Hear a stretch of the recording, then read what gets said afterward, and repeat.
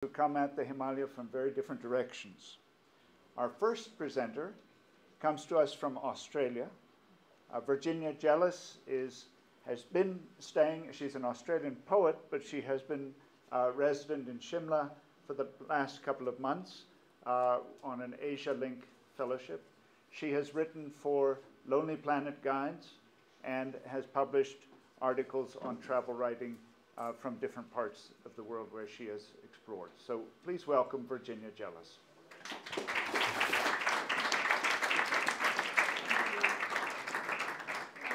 Is it possible to have the screen blanked? It's a very big blue space. And I'm not You don't need any slides. Perfect.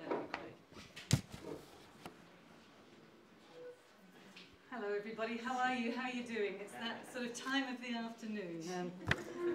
Let's keep going. It's a fantastic weekend. Steve, thank you. I can't believe what amazing things I've been seeing and learning, so thank you to all my fellow presenters. I'm very mindful of time. I'm a writer, not a speaker, so I'm going to read what I've written, and I've got my eye on the clock. Thank you for that introduction.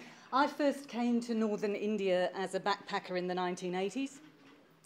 Then I came to southern India and the Andamans in 2006. I was a travel journalist at that time, writing for Lonely Planet, primarily for the Lonely Planet India guidebook. And as Steve said, this time I've been in India for 3 months on an Asialink writing residency, and I've been hosted mostly by the Centre for Australian New Zealand Studies at the uni in Shimla. So I'm here in the Himalaya as a travel journalist and a travel writer this time, and also as a poet. I'll talk about the difference, as I see it, between travel journalism and travel writing in a minute. I have, I guess, what I'd like to call a Ruskin-Bond relationship with mountains. I noticed in his introduction to Tales of the Open Road, he wrote, I wasn't interested in climbing mountains. I preferred going around them. You saw more that way. At every bend of the road in the mountains, there's a fresh vista, a different landscape, interesting people, new birds, trees, flowers. And that notion of different landscapes appeals to me very much. And these 3 ways of writing, that is travel journalism, travel writing and poetry, allow me to look at landscapes, inner and outer landscapes, if you like, in very different ways.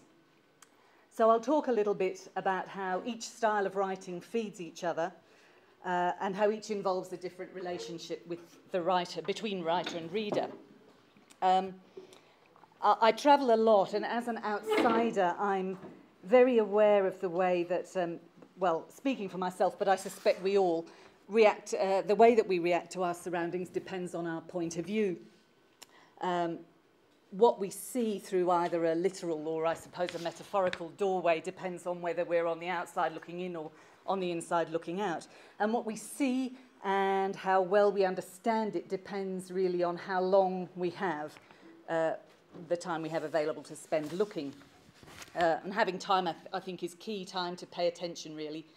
And there's something also to do with honesty of approach, and time gives me certainly the ability to write and look a bit more honestly about place. And when I say honesty, I mean there needs to be a degree of trust really between a reader and a writer, I think. Trusting doesn't necessarily mean agreeing with everything, but it does mean believing that what you're reading is authentic.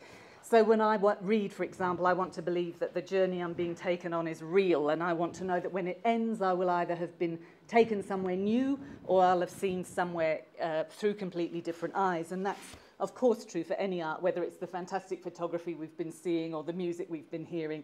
It's certainly what I aim for when I write. And when I think about travel writing, to my mind, I think of it as writing place, a phrase. Writing place describes both where I am and what I'm doing. I have to be in one to do the other, if you like.